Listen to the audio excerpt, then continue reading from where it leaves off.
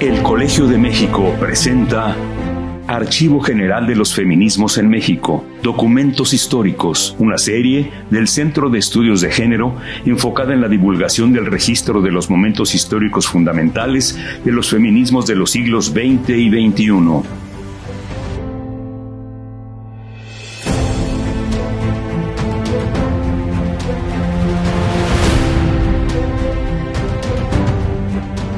Soy Gabriela Cano, estamos aquí en otro episodio más del Archivo General de los Feminismos en México y hoy estoy conversando con Ana Sofía Rodríguez Everard. Ana Sofía es maestra en Historia y es por lo pronto doctorante en el Centro de Estudios Históricos del Colegio de México. Pues bienvenida a esta conversación.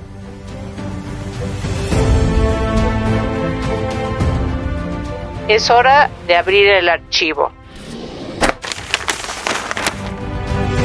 Las sufragistas de mediados del siglo XIX y la primera mitad del siglo XX tenían como objetivo principal conseguir el derecho al voto y así alcanzar legalmente la igualdad con los hombres. En México, el sufragio femenino se hizo realidad en 1953. Pero eso no fue garantía de que la situación que vivían las mexicanas cambiara radicalmente de un día para otro.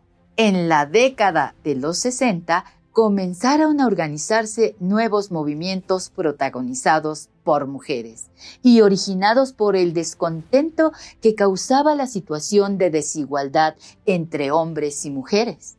Esta llevó a un replanteamiento y renovación de los discursos feministas y en general a la creación de un nuevo feminismo que tenía objetivos distintos al movimiento que se había discutido en México durante los congresos de las décadas anteriores.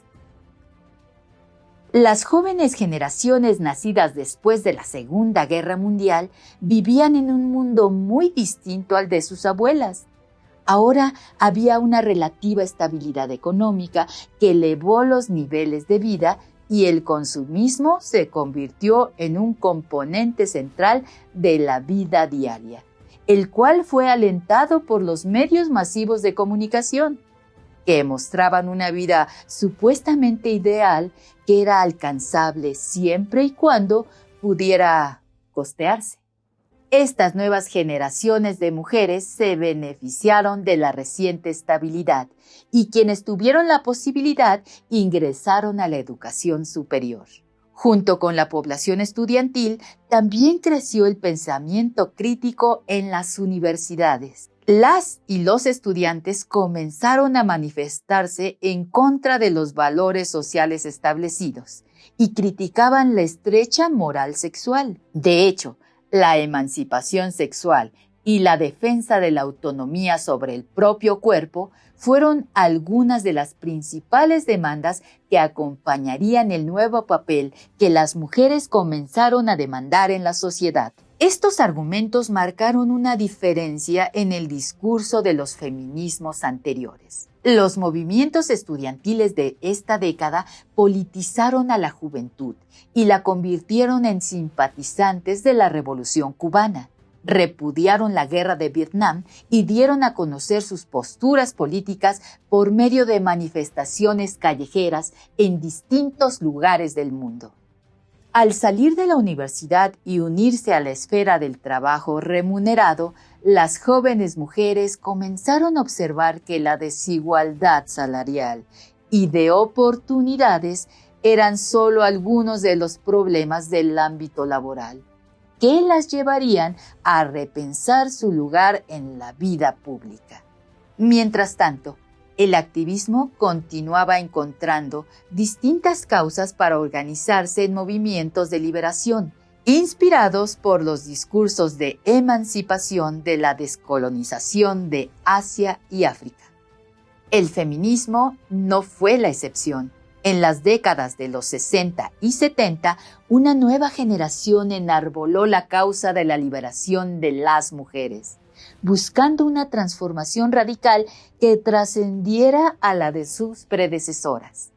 En los Estados Unidos, este nuevo feminismo denunció el malestar que sufrían las amas de casa estadounidenses, al darse cuenta de que, según la sociedad, las tareas del hogar y de cuidados eran lo único que las definía como personas, y su éxito personal dependía del trabajo doméstico que desempeñaban. Se insistió en que la realización de las mujeres estaba más allá del matrimonio y la maternidad, y que no podían vivir solamente a través de su marido. Era necesario tener objetivos propios que las hicieran libres e independientes para poder sentirse plenas y alcanzar la felicidad.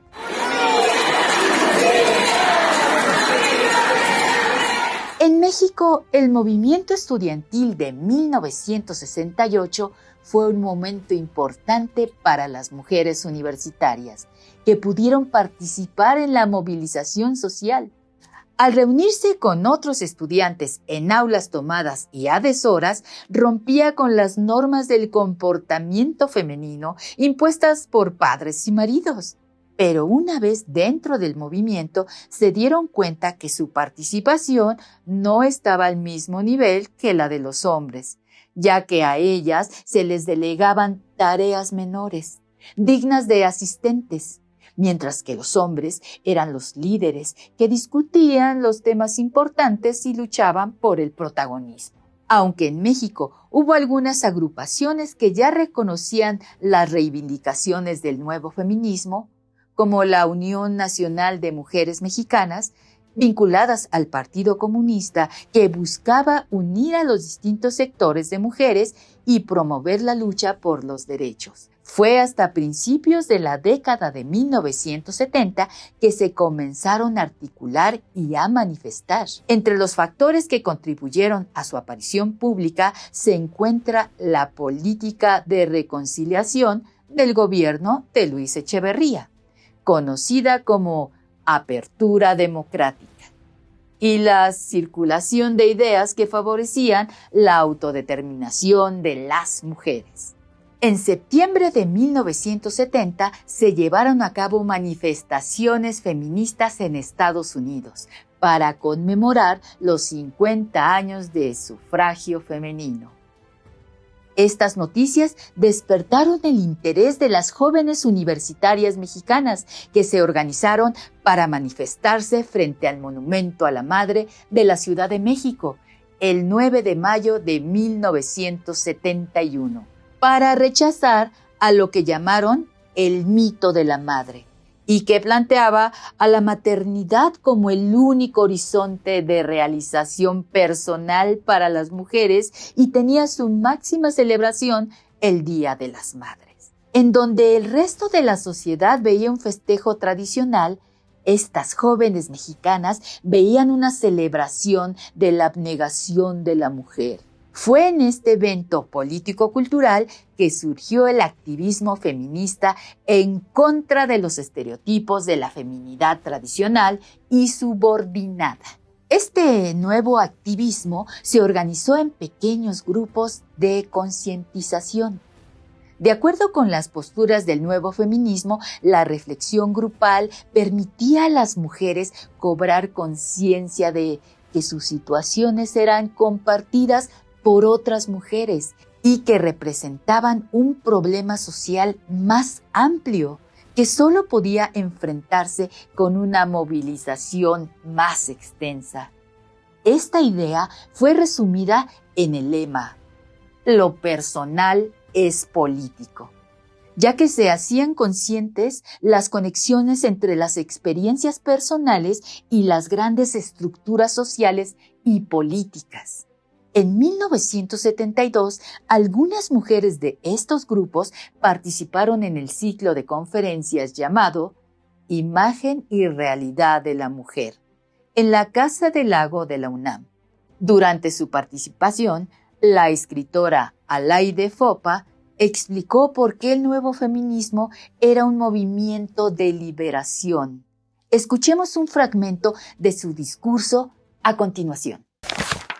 Cuando sugerí para esta conferencia el título Feminismo de ayer y feminismo de hoy, una joven militante del movimiento me objetó que lo de hoy no se llama feminismo, sino liberación de la mujer. Acepté la enmienda porque el término es el que actualmente usan las corrientes en favor de la emancipación femenina y porque se tiende a relacionar feminismo con las luchas sufragistas de fines del siglo pasado y principios de este. Sin embargo, el término sigue definiendo globalmente la posición de quienes reclaman para la mujer una situación de igualdad respecto al hombre. Muchos se sorprenden de que este movimiento de liberación surja precisamente cuando la mujer está más liberada. Hay algo entonces no resuelto, algo que está más allá y por encima de las leyes justicieras, de la educación accesible, del divorcio fácil, de la independencia económica y de la libertad de voto. Un nuevo viento agita la bandera del feminismo después de una tregua de 50 años en este siglo que clama por todas las justicias y consciente de tantas injusticias. El feminismo mexicano comenzó a influir en la cultura y los medios masivos, en donde no se limitaba a ser discutido solamente por mujeres. El escritor y periodista Carlos Monsiváis presentó un análisis sobre el sexismo en la literatura mexicana, utilizando un concepto que para entonces todavía era considerado un neologismo y era rechazado por distintos medios de comunicación. A continuación, un fragmento de su texto, Sexismo en la literatura mexicana. El sexismo, fenómeno demasiado vasto, solo es apresable en términos muy generales. Cualquier indagación sobre él en esta etapa corre el riesgo de volverse simplista. El término cubre la transformación de una inferioridad declarada en una inferioridad real, la atribución al sexo dominante de cualidades y actitudes privilegiadas, el énfasis de mando en cualquier relación personal de índole sexual. El sexismo, sojuzgadoramente, divide el mundo en roles, lo masculino y lo femenino, y le atribuye a cada rol características que deben cumplirse fatalmente. Lo femenino dispondrá, por ejemplo, de la ternura, el recato, la paciencia, la dulzura, la intuición, la abnegación, la resistencia al dolor, la pasividad entregada, la inercia, la falta de iniciativa, la frivolidad, la incapacidad de avenirse con la historia con mayúscula, la decisión de entrever la realidad a través del chisme. La ONU nombró a 1975 como el Año Internacional de la Mujer y del 19 de junio al 2 de julio se celebró en México la primera Conferencia Mundial sobre la Mujer, también conocida como la Conferencia del Año Internacional de la Mujer. El carácter de esta reunión fue oficial y los representantes de cada país reflejaron las posturas de sus gobiernos. Paralelamente se llevó a cabo la Tribuna de la Mujer, impulsada también por Naciones Unidas y el gobierno mexicano, con la participación de ONGs de todo el mundo. La tribuna estuvo abierta a temas candentes y que causaron gran polémica. Lo mismo se habló de la pobreza, el crecimiento demográfico y la falta de oportunidades que enfrentan la mayor parte de las mujeres, que de la prostitución y el lesbianismo, temas sobre los que pesaba un fuerte estigma social. Si bien la tribuna no produjo un documento de conclusiones ni un programa de trabajo conjunto, las discusiones que se dieron en este foro tuvieron mayor trascendencia que la conferencia oficial. Además, algunas activistas de izquierda vieron en la conferencia la instrumentalización de sus causas por el gobierno mexicano y a nivel internacional por el discurso del desarrollo. Adahide Fopa hizo un recuento de lo sucedido en la conferencia y en la tribuna, en su programa de radio Foro de la Mujer, que era transmitido por Radio UNAM y en el cual se abordaron temas polémicos e inéditos en la radio. Vamos a escuchar un fragmento en el que se plantea de forma concisa una visión latinoamericana del feminismo de la época, comprometido con la igualdad social. Las niñas de Uganda aprendan a leer, para que haya más hospitales de maternidad en Marruecos, para que las tejedoras de Oaxaca obtengan créditos, para que en la Costa de Marfil las madres mejoren la alimentación de sus hijos. Recuerdo haber comentado con cierta ironía la recomendación que aparece en el proyecto que hizo circular la ONU a principios de año, en el sentido de que las mujeres de los países desarrollados se preocuparan por sus hermanas de los países en desarrollo. Me pareció una invitación a la beneficencia, y quizás algunas representantes de esos países creen todavía en buena fe que para que las mujeres africanas, hasta ayer esclavas, o las mujeres árabes, hasta ayer casi nómades, y no simplemente entretenidas en perfumarse y adornarse en el harén, y nuestras indias campesinas de América, víctimas de una economía paupérrima, para que todas ellas puedan mejorar, bastaría en definitiva que lo hicieran mejor, que aprendieran más cosas, que se desarrollaran, que conocieran, como dice otra de esas recomendaciones, mejores métodos de puericultura. Algo que puso muy en claro este encuentro es la diferencia de las diferencias. Una muchacha latinoamericana de las airadas contra Betty Friedan dijo que no se trataba solo de que el hombre y la mujer hicieran juntos los huevos fritos.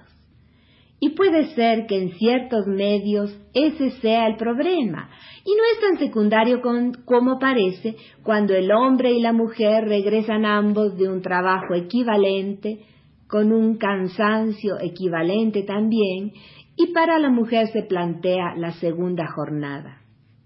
Pero en otros niveles sucede, en cambio, que ni siquiera hay huevos para freír, con lo cual el problema feminista quedaría resuelto de otra manera, hambre igual para los dos.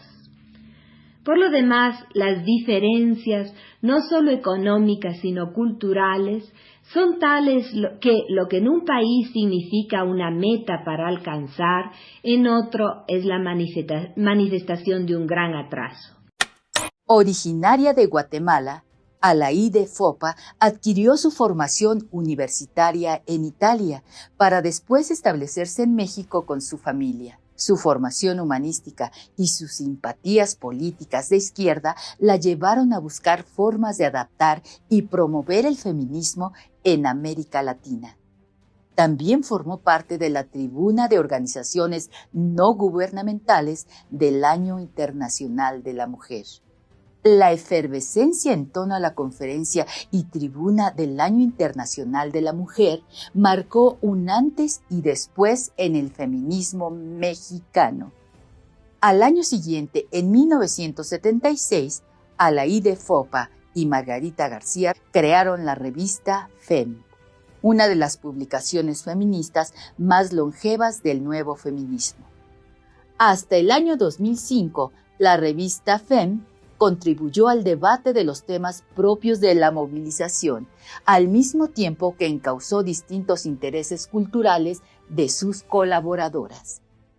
En el primer número de la revista se dejaron claros sus objetivos puntuales. FEM se propone señalar desde diferentes ángulos lo que se puede y se debe cambiar en la condición social de las mujeres. Invita al análisis y a reflexión. No queremos disociar la investigación de la lucha y consideramos importante apoyarnos en datos verificados y racionales y en argumentos que no sean solo emotivos. FEM da cabida a la creación literaria de las mujeres que escriben con sentido feminista y que contribuyen con su obra al reconocimiento de ese nuevo ser, libre, independiente, productivo, tal como empieza a manifestarse la mujer de hoy y será sin duda la mujer de mañana. Y no excluimos la colaboración de algunos hombres que compartan nuestras ideas. FEM considera que la lucha de las mujeres no puede concebirse como un hecho desvinculado de la lucha de los oprimidos. La desaparición de Alaide Fopa a manos del Ejército de Guatemala en 1982 fue un duro golpe a la revista, ya que desde sus inicios la publicación se había pronunciado en contra de las dictaduras latinoamericanas y de los abusos que cometían contra la población civil. El comité editorial de FEM llevó a cabo una campaña para denunciar la desaparición de la fundadora de la revista. Con el paso del tiempo, los núcleos activistas del feminismo se multiplicaron y surgieron diferencias que llevaron a su fragmentación organizativa. Sin embargo, aun con las distintas manifestaciones del activismo, se siguió reclamando la despenalización del aborto y profundizando el análisis sobre la violencia hacia las mujeres. A pesar de la fragmentación, también se concretaron esfuerzos por luchar por las agendas en común. En 1976, se formó la Coalición de Mujeres Feministas, que centró sus esfuerzos en la despenalización del aborto y denunció la negligencia de las autoridades frente al delito de violación. En 1978, la coalición organizó una protesta en contra del concurso de belleza Miss Universo, efectuado por primera vez en el país y con sede en el Distrito Federal y el puerto de Acapulco. Las feministas juzgaban que los concursos de belleza eran una muestra de la mercantilización y objetivación del cuerpo femenino, en donde se valoraba exclusivamente el aspecto y atractivo físico por encima de las capacidades creativas e intelectuales de las participantes. El concurso era un gran negocio capitalista. Promovía la idea de que las mujeres jóvenes estaban disponibles para el goce masculino y favorecía la exaltación de parámetros de belleza europeos. El espectáculo era además un entretenimiento que distraía al público de la pobreza y desigualdad social del país y no aportaba beneficios a la sociedad. Aunque las feministas se organizaron bajo argumentos sólidos y defendían su causa, hay que notar que su protesta se llevó a cabo sin tomar en cuenta el punto de vista de las concursantes, mujeres también, ni de su deseo o razones personales para mostrarse en un evento mediático de gran alcance. A finales de la década de 1979, un esfuerzo más amplio reunió a agrupaciones feministas, partidos políticos de izquierda y organizaciones sindicales en el Frente Nacional por la Liberación y los Derechos de la Mujer. Gracias a las labores del Frente, se presentó ante el Congreso el proyecto de ley Maternidad Voluntaria, que aunque no fue aprobado, se discutió en las cámaras, lo cual dio más visibilidad al movimiento y a sus causas. El nuevo feminismo se diversificó, pero se enfrentó también a colaboraciones ríspidas con las organizaciones lesbofeministas, así como con las agrupaciones de izquierda. En el próximo episodio revisaremos estos conflictos y los nuevos temas que se unieron a la agenda feminista.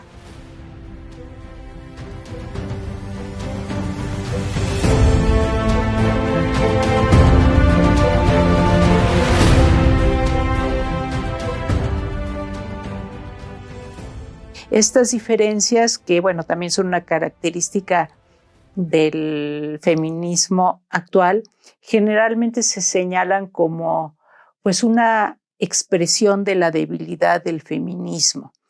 Pero también hablan de su vigor, de su vigencia, de su capacidad de generar nuevas ideas. ¿Tú qué piensas? Hablando sobre todo de los 70. Yo estoy de acuerdo con la impresión de que es, digamos, variedad de ideas, ¿no? Y que en ello reside la fuerza del movimiento de los 70, porque pues trata en realidad, o sea, esto responde a una ampliación y una complejización, digamos, del entendimiento sobre las formas en las que el género actuaba en la sociedad, ¿no? Y por lo tanto, entonces, pues claro, como el feminismo podía responder a eso, pues era inacabable, ¿no? Y yo creo que eso habla de su fortaleza, o sea, es decir, el feminismo de pronto ya no trataba de empujar derechos, sino que podía ser liberador de conciencia, de cuerpos, ¿no?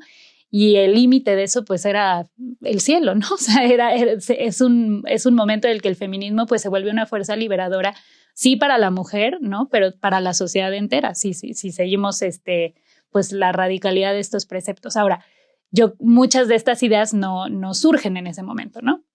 Yo siempre pienso, o sea, cuando leo a las feministas de los 70, siempre recuerdo mucho las ideas de Alejandra Kollontai, que fue esta feminista rusa, burócrata de la Unión Soviética, y que teorizó mucho sobre el trabajo y la maternidad y demás, ¿no? Y las políticas públicas en concreto para la maternidad, pero también sobre el erotismo y el amor como una fuerza, pues, de liberación social, ¿no? Entonces, no es casualidad que justo en los 70 muchas de sus obras se tradujeran y se volvieran a circular, ¿no? Sobre todo en los contextos del tercer mundo, digamos. Entonces, pero claro, yo creo que pues justo es la hazaña era tal y lo que el feminismo de pronto se propuso era tal que claro que iban a surgir una multiplicidad de grupos con una multiplicidad de agendas que yo creo que es virtud, sin duda, ¿no? Ciertamente esto, yo creo que la pregunta que nos tenemos que hacer es cómo se organizaban estas agendas, ¿no? Y entonces pues se organizaron sobre todo en estos grupos de concientización basados pues en la reflexión grupal que tenían toda su, digamos, todo su sentido, ¿no? Pero que la actividad política se concentrara en ese tipo de grupos y no en algo más grande, por lo menos en un principio, ¿no?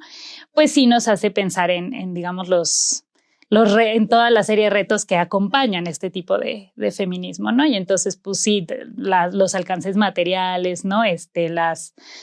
Pues sí, los retos de construcción de liderazgos, de socialización de agendas, etcétera, ¿no? Entonces, quizás la debilidad, lo que quiero decir con esto es que quizás la debilidad viene más del tipo de grupos de formación que resultaron de este movimiento activista, ¿no? Que de la agenda en sí, ¿no? Y que de los temas en sí. ¿Por qué tienen tan mala prensa? ¿Tú qué crees? O tan mala imagen, por decirlo de otra manera. Bueno, yo creo que efectivamente estas feministas mexicanas eran blancas, urbanas, de clases medias, educadas, ¿no? O sea, creo que es un hecho que no representaban la variedad de las mujeres, ¿no? Y esa desconfianza que hoy es muy clara en el discurso del movimiento feminista contemporáneo, de los feminismos contemporáneos, sobre, pues sí, cómo alguien que no ha vivido todas las opresiones va a representar, a hablar por esas oprimidas. Bueno, pues esa desconfianza existía en ese momento, pero la verdad lo que nos demuestra el episodio de la Conferencia Internacional de la Mujer en concreto, pero un acercamiento un poco más detallado a todos esos grupos, pues es que sus influencias eran variadísimas, no solo las que les llegaban a través de la literatura, ¿no? O sea, estaban muy vinculadas con los movimientos italianos, franceses, ¿no? O sea, la verdad es que es muy difícil hacer, yo creo, una historia intelectual de los grupos de feministas en los 70 porque la cantidad de influencias es inacabable.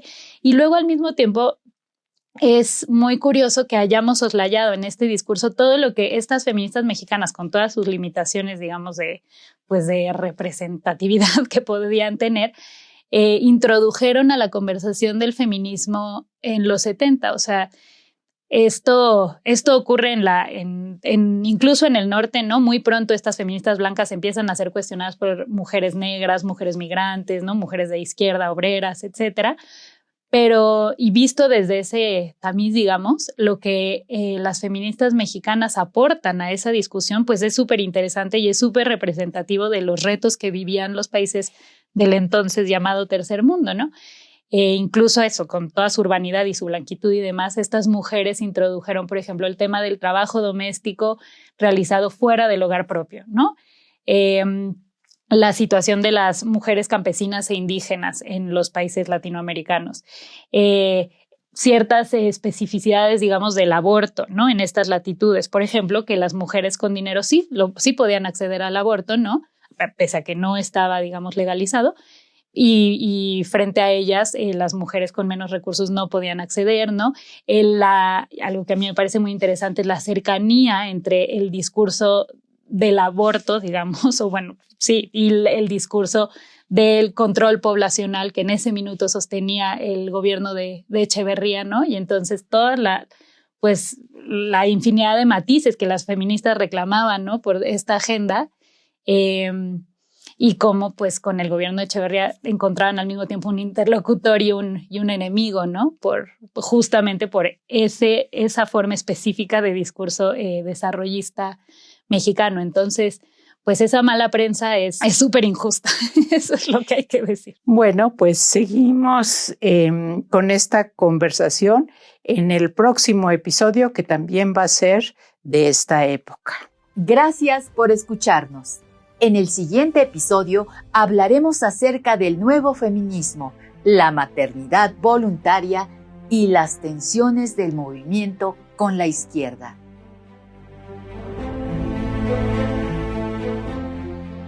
El colegio es conocimiento, ciencia y cultura.